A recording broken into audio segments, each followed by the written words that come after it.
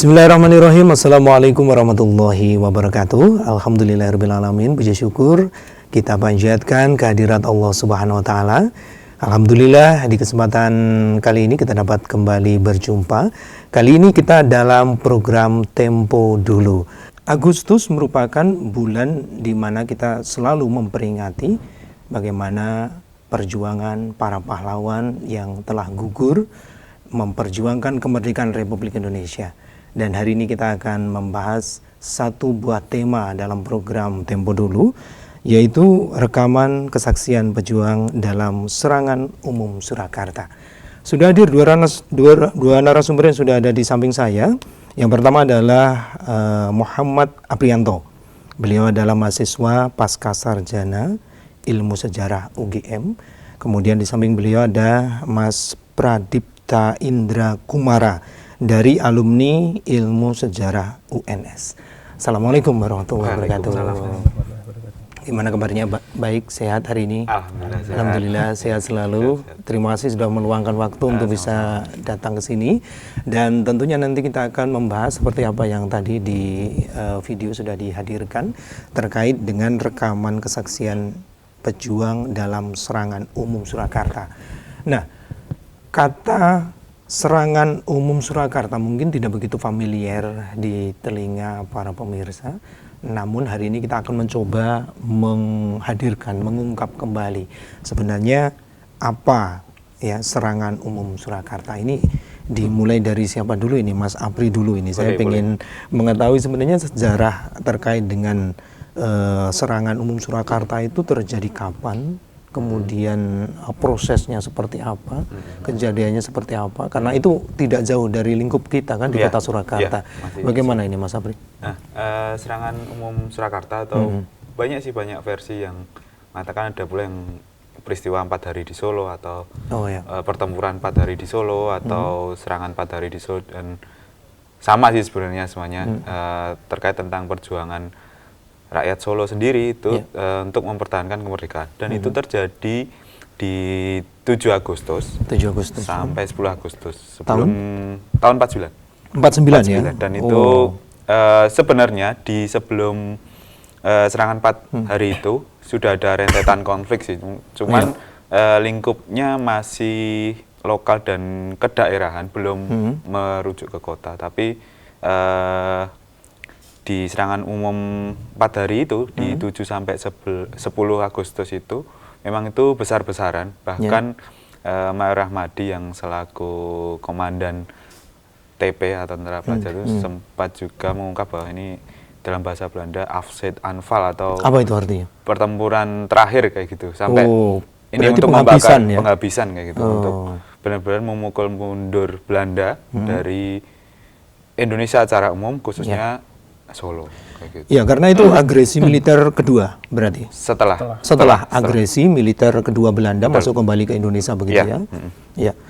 Dan khususnya di kota Solo, konflik-konflik apa yang muncul di internal kita ataupun memang konflik itu dengan Belanda begitu? Banyak sih sebenarnya yang muncul, baik konflik sosialnya atau kemiliterannya, itu semuanya terjadi sebelum itu juga sudah ada semacam, bahkan ada istilah penggedoran kayak gitu. Penggedoran rumah-rumah warga itu benar-benar didobrak dan sebagainya, karena orang Belanda sendiri selain berkecimpung di politik, di militer, mereka menggunakan kekuatannya untuk mendapatkan kuasa kayak gitu, mendapatkan power untuk menakut-nakuti, terus selalu mempertahankan kuasa mereka di Indonesia. Dan tujuannya memang kembali untuk menduduki Indonesia, begitu ya, untuk menguasai Indonesia. Dan proklamasi tidak dianggap sebagai titik Indonesia merdeka gitu. Iya, karena banyak cerita sejarah ternyata terjadi justru setelah proklamasi itu ya. 17 Agustus 45. Kemudian kejadian ini pada Agustus 49. Agustus 49. Juga 49. Ya, sejauh apa kalau Mas Apri sendiri sudah meneliti tentang serangan yang ada di kota Surakarta ini, serangan umum Surakarta ini? Di serangan umum 4 hari ini memang benar-benar seperti yang dikatakan tadi, afset anfal memang benar-benar total gitu. Karena di seluruh wilayah di perbatasan itu tentaranya kita itu memang benar-benar pejuangnya itu atau orang yang mempertahankan kemerdekaan itu benar-benar totalitas gitu, dan sampai titik darah penghabisan begitu, dan para ini dominan dengan anak muda. Oh gitu. iya, seperti tadi yang ditampilkan itu wajah-wajah anak muda masa lalu ya. Betul. Itu belum kenal gadget itu. Belum ada. Dulu belum ada. Kuota juga belum ada. Kuota juga belum ada ya. Tapi wajahnya memang optimis sekali. Ya, optimis. Wajah-wajah optimis, pemberani begitu. Mereka berani meninggalkan sekolah untuk sekolah memang sudah tidak kondusif juga karena jor-joran untuk berperang gitu. Iya. Kemudian para tentara ataupun juga para pejuang itu dari unsur mana saja pada saat itu terjadi? Ada beberapa kelas sosial yang turut gitu. Pelajar tentu, terus benar-benar militer, lalu ada pasukan rakyat jelata lah tanda kutip kayak gitu, yang tidak terafiliasi dengan apapun gitu. Entah itu dari pendidikan maupun di satuan militer, dan memang benar-benar semuanya tumplek bek gitu. Dan sebenarnya tidak hanya laki-laki, perempuan pun juga ikut, cuman kontribusinya beda. Gitu. Berarti ini memang total ya, perangnya perang total, seluruhnya berkesempatan untuk bisa bergabung. Betul. Gitu. Ya, kemudian tokoh-tokohnya, tokoh-tokohnya siapa saja? Saya beralih ke Mas Pradipta. Kita bicara tentang tokoh, Mas. Ya, kalau dari serangan umum pada hari di Solo itu ada dua tokoh yang istilahnya kayak menonjol gitu.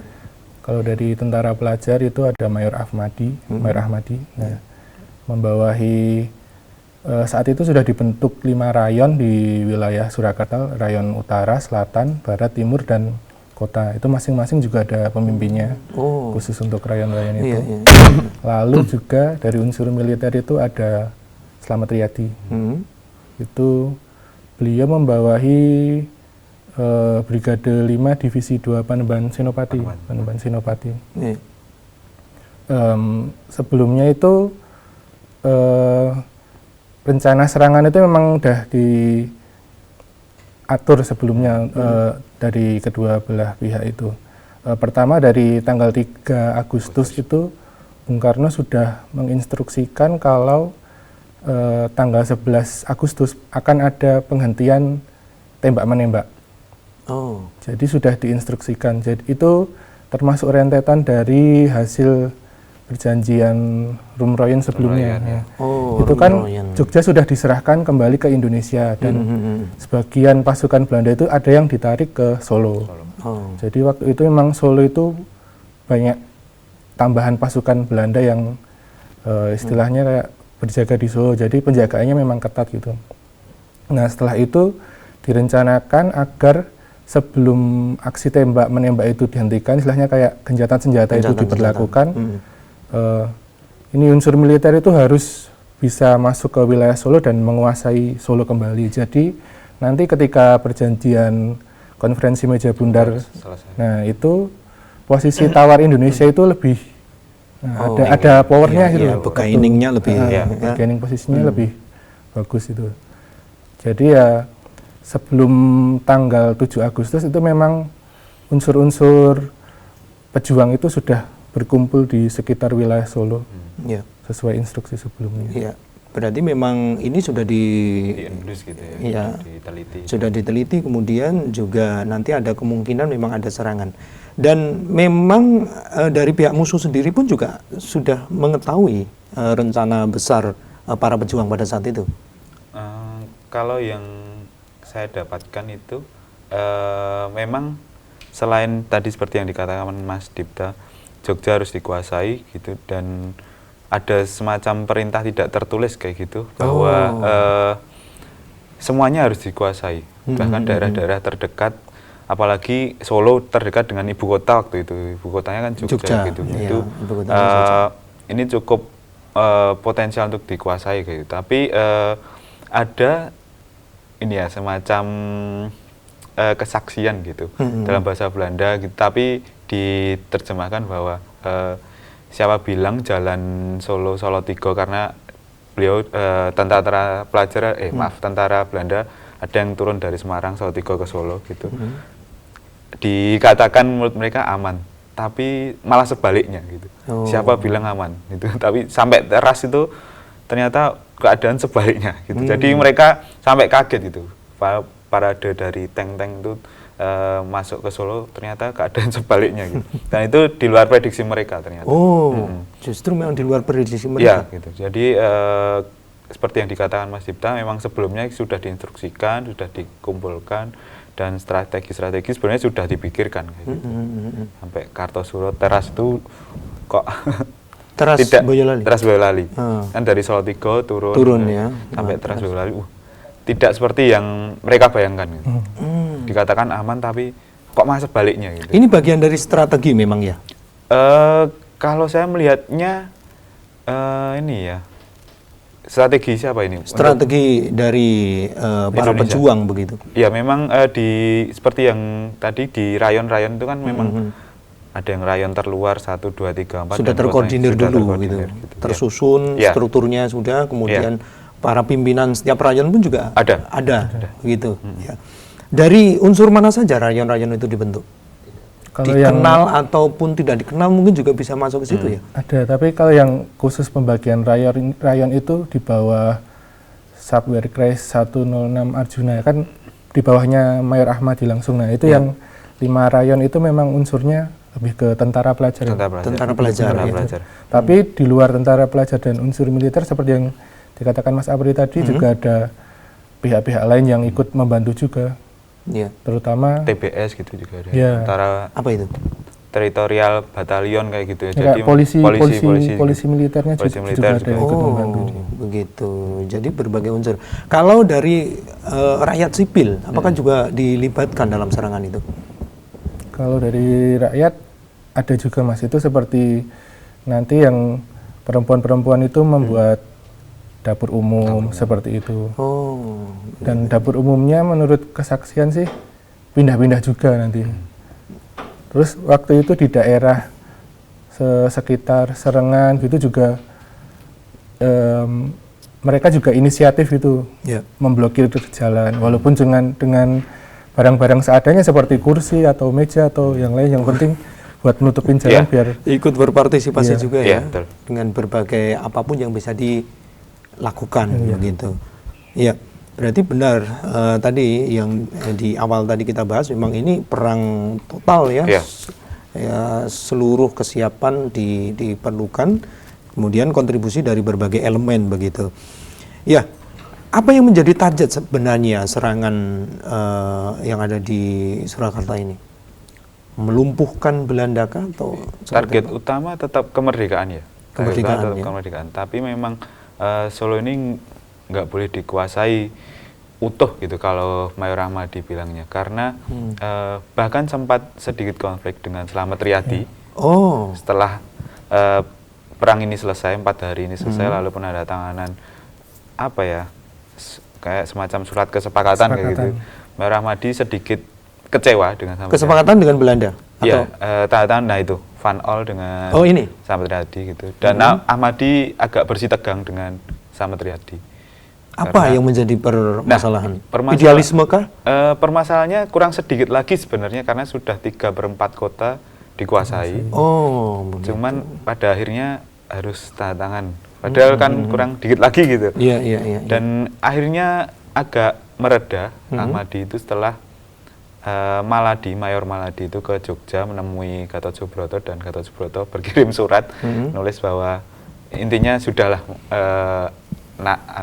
nak Ahmadi gitu, sudahlah pokoknya, intinya mengalah sih enggak, cuman ya intinya merelakan gitu. Tapi tetap diperjuangkan Solo ini menjadi daerah yang bebas dengan ini ya, penjajahan lah sepenuhnya gitu. Ini juga bagian dari strategi perjuangan ya.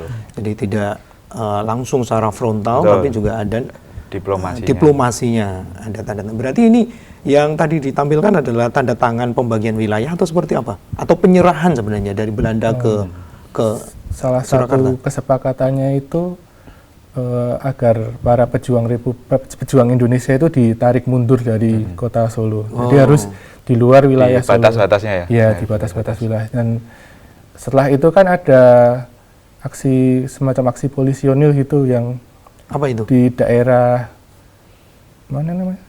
Gading ya Pak, Gading di Pasar Kembang yang ada rakyat sipil yang dibantai itu sama Green Cap sama prajurit khususnya Belanda, baret hijau itu. Nah itu kan jadi suasana kota itu kan kacau lagi. Terus karena ada perjanjian disuruh narik mundur itu kan, ya, Mayor Ahmadi kan merasa loh ini wilayah saya kok saya nggak bisa jaga gitu jadinya.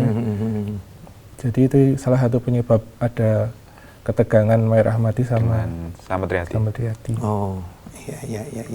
Berarti memang banyak strategi sebenarnya yang diterapkan pada saat itu ya. Baik itu secara frontal, ya, penyerangan secara langsung maupun juga ada diplomasinya. Diplomasi juga dilakukan begitu.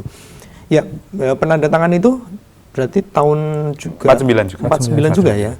November itu. November 49. Yeah. Baik. Kemudian terkait dengan serangan ini dari kelompok-kelompok yang tadi sudah memang di mobil dikumpulkan begitu untuk bersama-sama berjuang, yang menjadi target adalah kemerdekaan sepenuhnya. Ya. Apa kelanjutan setelah perang yang memakan waktu 4 hari itu? Dan Mas Abi, nggak usah rebutan nih. Mas Dub. Kalau yang saya tangkap itu sejak Bung Karno menginstruksikan dari tanggal 3 itu kalau nanti tanggal 11-nya ada penghentian gencatan senjata, itu rombongan Indonesia sudah persiapan berangkat ke Belanda itu untuk perjanjian KMP. Nah, karena waktu itu Solo kan salah satu kota besar yang dekat dengan ibu kota, dan waktu itu memang banyak tentara Belanda yang siaga di Solo, dan persenjataannya pun kan jauh sama pejuang Indonesia. Nah, dengan serangan 4 hari ini, pejuang Indonesia itu berhasil menunjukkan kalau militer Indonesia itu masih ada, masih terkoordinir dan mampu mengalahkan Belanda dengan segala kelebihannya saat itu. Nah, terus pengaruhnya juga saat itu di KMP kan posisi tawar Indonesia lebih ada powernya gitu Mas, bargaining posisinya. Kan kalau sebelumnya kan Indonesia seperti udah kalah kan posisi tawarnya. Nah, di perjanjian sebelumnya. Dengan keberhasilan serangan 4 hari ini kan menunjukkan Indonesia masih eksis. Apalagi kekuatan militernya juga masih terkoordinir, bukan kekuatan militer liar gitu. Ya, begitu. Jadi memang ini menunjukkan kepada dunia bahkan karena itu perjanjian yang dilakukan di Belanda berarti. Iya, kalau KMB di Den Haag Belanda begitu, menunjukkan bahwa eksistensi para pejuang Indonesia masih tetap ada dan terus berjuang untuk mendapatkan kemerdekaan seutuhnya, karena perjanjian-perjanjian misalnya Renville atau perjanjian sebelumnya itu kelihatan dirugikan sekali. Cukup dipotong-potong sebenarnya. Cukup dipotong-potong, bahkan tinggal di Jogja, tinggal ibu kota Jogja saja. Apa jadinya kalau Indonesia itu hanya Jogja saja? Kan itu bukan Indonesia namanya. Kemudian setelah terus berjuang, ternyata mampu kita bisa terbebas dari belenggu penjajah Belanda. Kita jeda terlebih dahulu, Mas. Insya Allah kita lanjutkan untuk mengetahui lebih lanjut sebenarnya persaksian para pejuang di masa lalu. Para narasumber punya pengalamannya, nanti bisa diceritakan begitu. Pemirsa dimanapun Anda berada, kita jeda terlebih dahulu. Pastikan Anda terus bersama kami dalam program Tempo Dulu.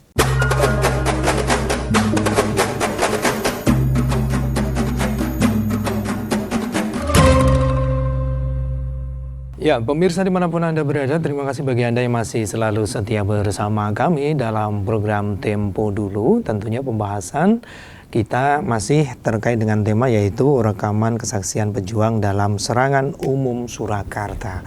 Dan saya ingin menggali lebih dalam lagi terkait dengan beberapa wawancara yang sudah dilakukan oleh Mas Dipta terkait dengan serangan ini. Apa juga bertemu dengan para pejuang di masa lalu yang mengikuti secara langsung begitu, dan bagaimana kesaksian mereka?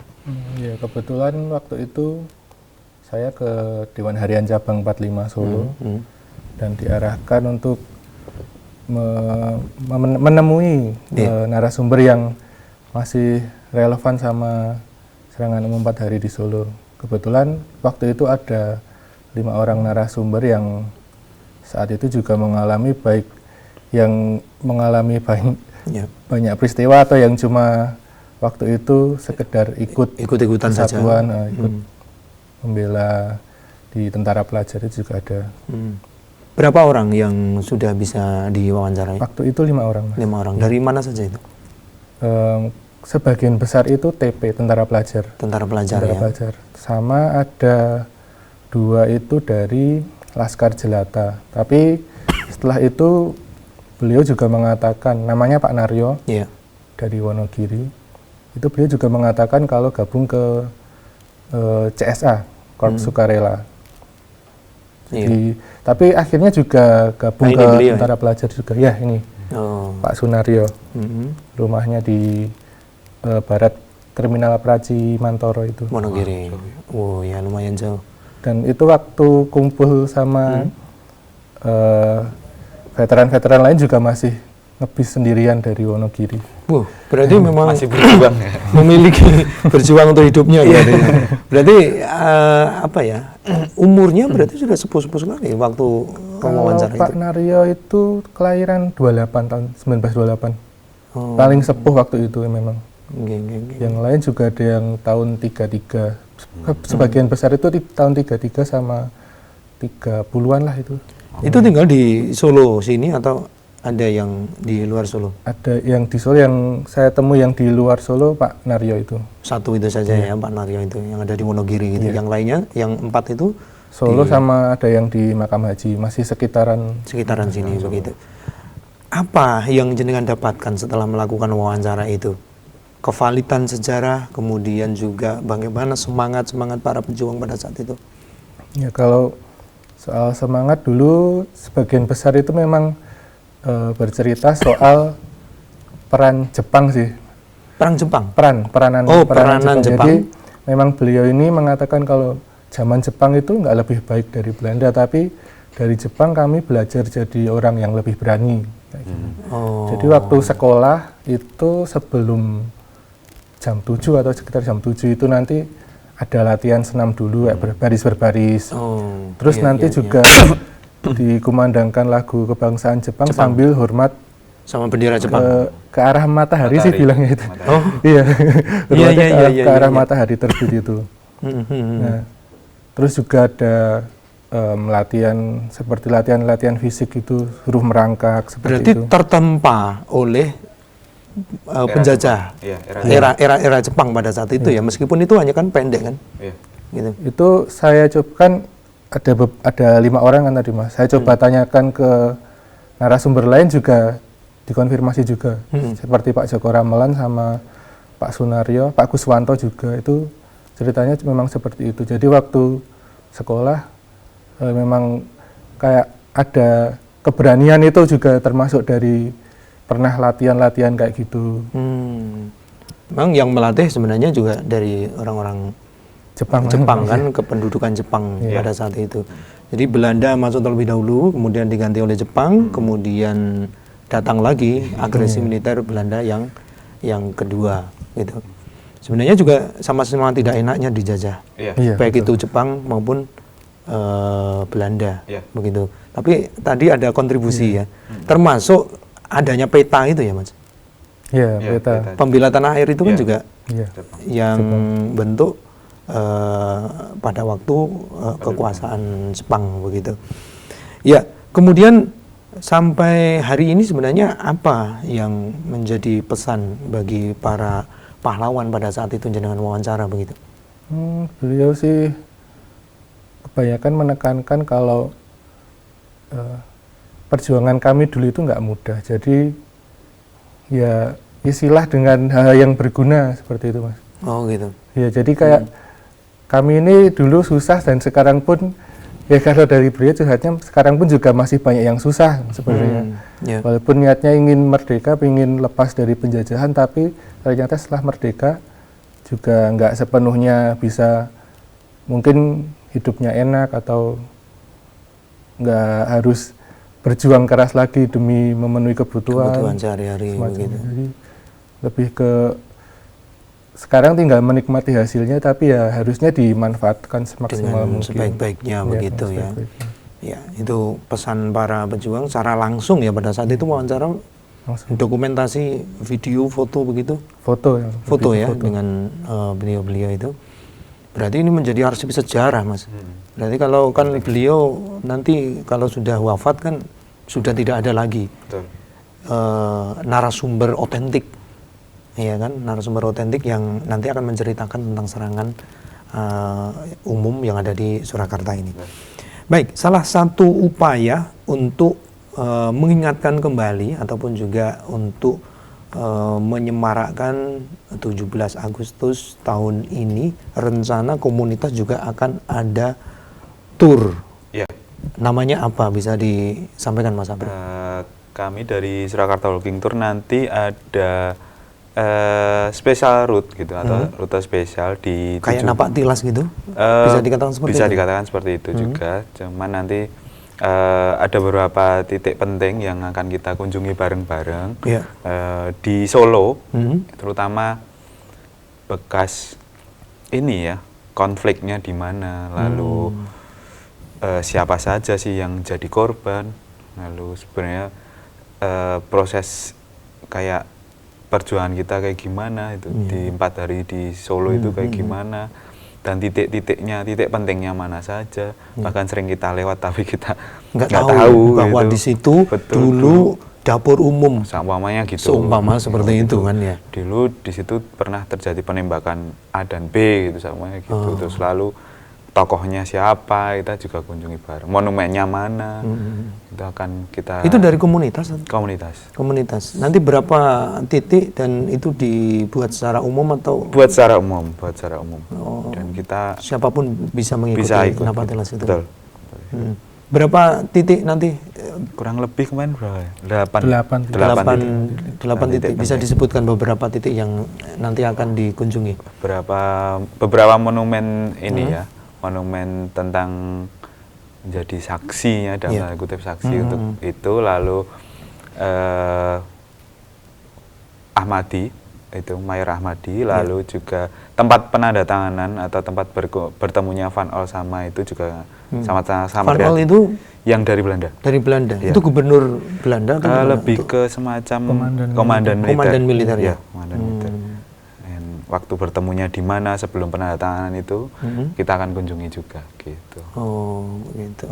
Jadi bisa melibatkan yang ikut nantinya di walking tour umum, bebas. Siapapun yang memang memiliki minat tentang sejarah. Betul. Baik itu pelajar, mahasiswa, masyarakat dosen umum, gitu juga banyak kok yang gitu. Ya. Baik, apa yang menjadi tujuan sebenarnya dari walking tour seperti itu?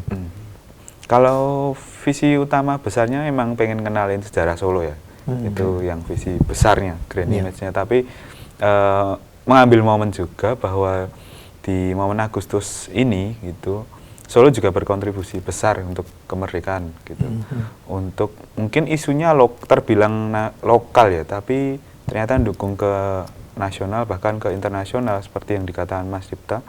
Perjuangan kita di sini ternyata jadi bargaining power bargaining position maksudnya itu di perundingan-perundingan kayak gitu, bahwa kita sudah bisa menguasai penuh gitu, baik secara militer maupun diplomasi itu gitu. Kalau di sedikit ke belakang, kalau di berbagai daerah pun juga ada serangan-serangan umum seperti di Jogja juga ada, kemudian 10 November di Surabaya juga ada. Apakah momen-momen itu memang sengaja dibuat seperti itu ya untuk menggelorakan semangat juang para pejuang pada saat itu gitu? Kalau Mas Apri sendiri menilainya seperti apa? Nah, ada pendapat seperti ini ya. Memang di jantung negaranya itu memang tempat diplomasinya atau pertempuran secara politis intelektualnya. Gitu.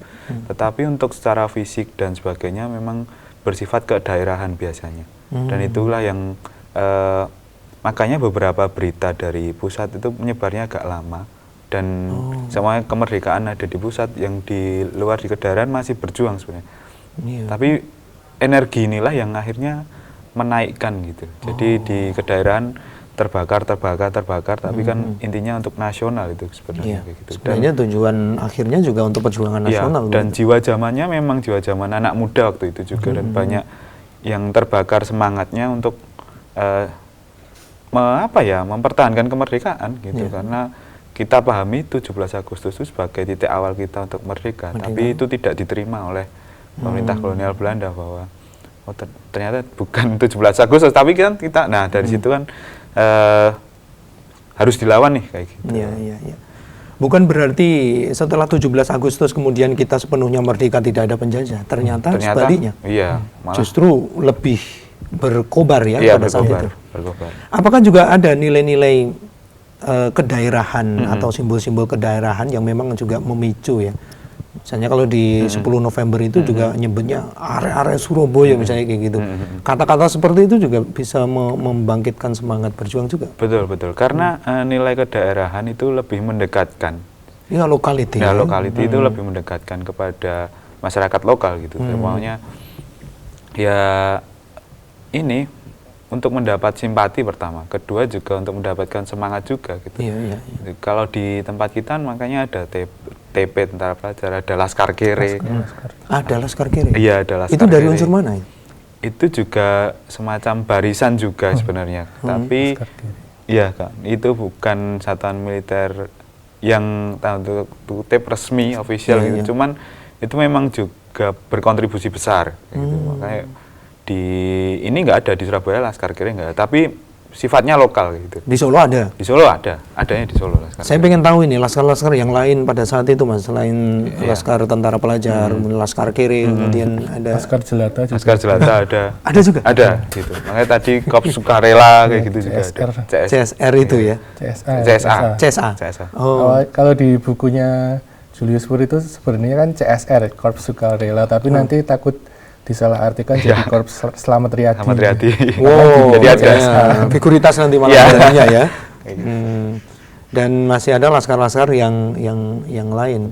Dan kita tidak menutup mata aktivitas laskar-laskar itu ya.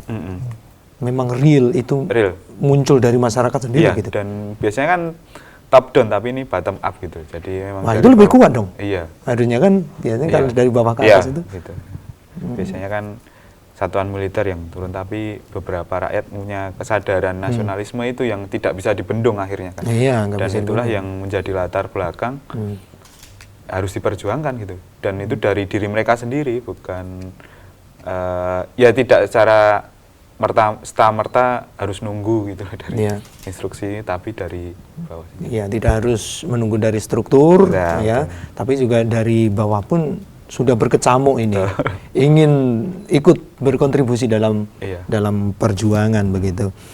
Ya, baik, Mas, bisa diceritakan dalam penelitian panjenengan berdua, karena kuliah juga di pasca sarjana terkait dengan sejarah ini.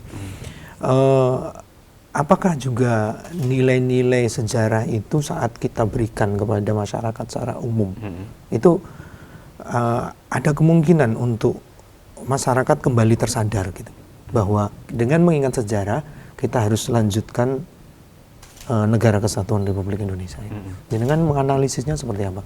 Kalau minimal sih kita mengenalkan dulu ya gitu. Kalau kesadaran kan balik lagi ke pribadi sebenarnya. Nah, kalau sudah kenal biasanya bisa cari tahu dalamnya kayak gimana gitu, dan proses pengenalan ini yang mungkin tidak mudah.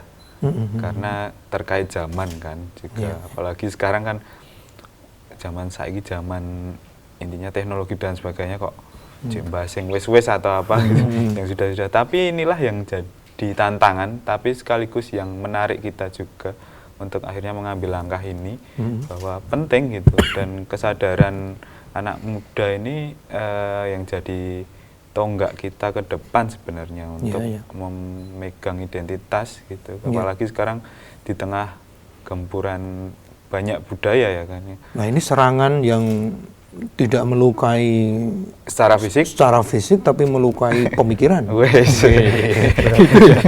Dan melukai hati kadang-kadang. Gimana kalau Mas Dipta sendiri juga menilainya seperti itu atau? Ya, menurut saya memang pengenalannya itu memang penting. Dari pengenalan itu paling enggak nanti tujuannya bisa menimbulkan semangat juangnya itu loh Mas. Sama juga kadang itu kan banyak orang nggak tahu ini ada monumen, ini monumennya apa sih, taunya cuma buat wah iki mbiyen gue perang kayak gitu. Ya, cuma taunya pernah ada peristiwa perang di situ, pernah ada peristiwa pembantaian di situ. Nah paling nggak kalau udah mengenal sama yang penting mau tahu juga, nah itu nanti kan bisa membangun bertahap ya rasa semangat buat paling nggak menghargai apa yang udah pendahulu kita yang udah melakukan perjuangan di masa lalu begitu. Ya, kemudian langkah konkretnya berarti nanti kalau memang ada minat untuk bisa bergabung ke berbagai komunitas, banyak komunitas di Solo. Banyak. Yang terkait dengan sejarah budaya gitu. Banyak bisa diikuti. Bisa diikuti. Lewat apa kalau aksesnya itu? Kalau di kami itu di Surakarta Walking Tour namanya, di Instagram. Oh Instagram, hanya Instagram saja? Ada TikToknya juga, karena ikuti tren kan. Jadi meskipun kita barang lawas atau dalam kutip ya bahasan-bahasan lama, tapi kita coba kompromikan dengan teknologi sekarang gitu, biar nggak ketinggalan zaman. Itu akan jadi keren gitu. Saat kita bicara tentang sejarah perjuangan Republik Indonesia di masa lalu, tapi kita menggunakan fasilitas-fasilitas sarana-sarana teknologi yang saat ini sedang berkembang begitu. Benar. Anak muda juga mengikuti. Iya, segmennya kan memang kita ngarahnya ke anak muda. Ke anak muda. Tapi ternyata malah between the line. Jadi kadang ada yang anak yang lebih muda, ada yang anak yang sudah tidak muda. Jadi semuanya bisa terangkum gitu malah. Terangkum di situ. Iya. Salah satu selain aktivitas tadi apa bentuknya, diskusi atau lebih ke karena sejarah biasanya dipahami hal yang membosankan, lalu bikin ngantuk dan sebagainya. Kita nggak bikin ngantuk karena jalan kan ya. Oh iya. Jalan terus nanti tidur kan nggak bisa. Iya, jalan diceritain, dan kita memang di konsep sederhana mungkin untuk penyampaiannya agar lebih enak diterima dan mudah. Gitu. Oh ya, mudah-mudahan lancar, berhasil kegiatannya. Terima kasih. Kemudian yang terakhir bisa disampaikan sebenarnya apa yang menjadi pesan para pejuang, terutama Mas Dipta ya. Apa yang menjadi pesan para pejuang di masa lalu untuk generasi sekarang? Nah, jenengan sebagai perantaranya harus bertanggung jawab kepada sejarah. Dulu ada satu kutipan dari Pak Joko Ramelan, salah satu veteran juga. Nah, beliau bilang, "Don't put off until tomorrow what you can do today." Jadi apa itu artinya? Apa yang bisa kamu lakukan sekarang ya kerjakan sekarang, jangan nunggu besok-besok, jangan ditunda-tunda. Itu pesan beliau buat ya sama. Dulu saya tanya ada pesan nggak buat generasi muda? Itu pesannya beliau. Memang beliau sering pakai kutipan itu untuk ngasih semangat lah buat anak muda. Jadi biar ada apa-apa itu biar segera selesai. Berarti pintar bahasa Inggris juga atau bahasa Belanda para pejuang dulu itu? Kalau bahasa mungkin bisa ya Mas ya. Soalnya dulu kan ada yang lanjut sekolah. Kan dikasih pilihan waktu setelah merdeka itu yang tentara pelajar itu kebanyakan dikasih pilihan mau lanjut ke militernya atau mau lanjut sekolahnya. Yang Pak Joko Ramelan itu lanjut sekolah juga. Wah, itu. Baik. Kita bergeser ke Mas Apri. Iya. Ada kalau boleh saya buka kutipannya gitu. Saya mendapatkan bahasa apa ini? Bahasa Belanda. Dapat data gitu di salah satu pejuang yang nulis Murdio Jungkung itu. Menemukan di popornya senjata itu tertulis kayak gini, "The kogel die mij zal treffen is nog niet gegoten," atau di senjataku ini peluru-peluru Belanda tuh tidak cetak, jadi tidak akan mengenai dia gitu. Tapi nilai tersiratnya gitu bahwa dia berani untuk mengambil langkah yang membahayakan dirinya sendiri untuk perjuangan gitu, untuk Indonesia gitu. Bahkan sampai senjata Belanda itu yang dibawa dia didakui dia dan tidak akan mengenai dia. Itu nilai keberanian yang mungkin di luar batas ya Mas. Tapi untuk perjuangan, nah mungkin nilai yang bisa diambil teman-teman terutama anak muda itu memang kita harus melawan gitu loh. Apa yang sebenarnya yang kita hadapi yang mungkin di luar kuasa kita, tapi sebenarnya itulah yang nantinya akan mewujud gitu. Ya. Filosofis banget ya. Filosofi. Saya mengikutinya. Iya. Jadi mungkin mengikutinya. Nilai perjuangan itu memang diawali dari diri sendiri dan Dari keberanian diri sendiri itu. dan keberanian. Betul. Gitu. Baik, terima kasih Mas Muhammad Abrianto, kemudian juga Mas Pradipta Indra Kumara sudah berkenan hadir di sini, sedikit bercerita, bertutur kisah, mudah-mudahan juga menjadi inspirasi, menjadi penyemangat bagi para pemirsa yang saat ini sedang menyimak channel terpilih MTA TV, dan semangat yang ada di studio mudah-mudahan juga bisa Anda dapatkan untuk terus memperjuangkan kemerdekaan Republik Indonesia. Saya Ahmad Fauzan segera undur diri. Terima kasih atas perhatiannya. Mohon maaf atas segala kekurangan. Kita berjumpa dalam program Tempo Dulu di kesempatan yang akan datang. Billahi taufiq wal hidayah. Wassalamualaikum warahmatullahi wabarakatuh. Sampai jumpa.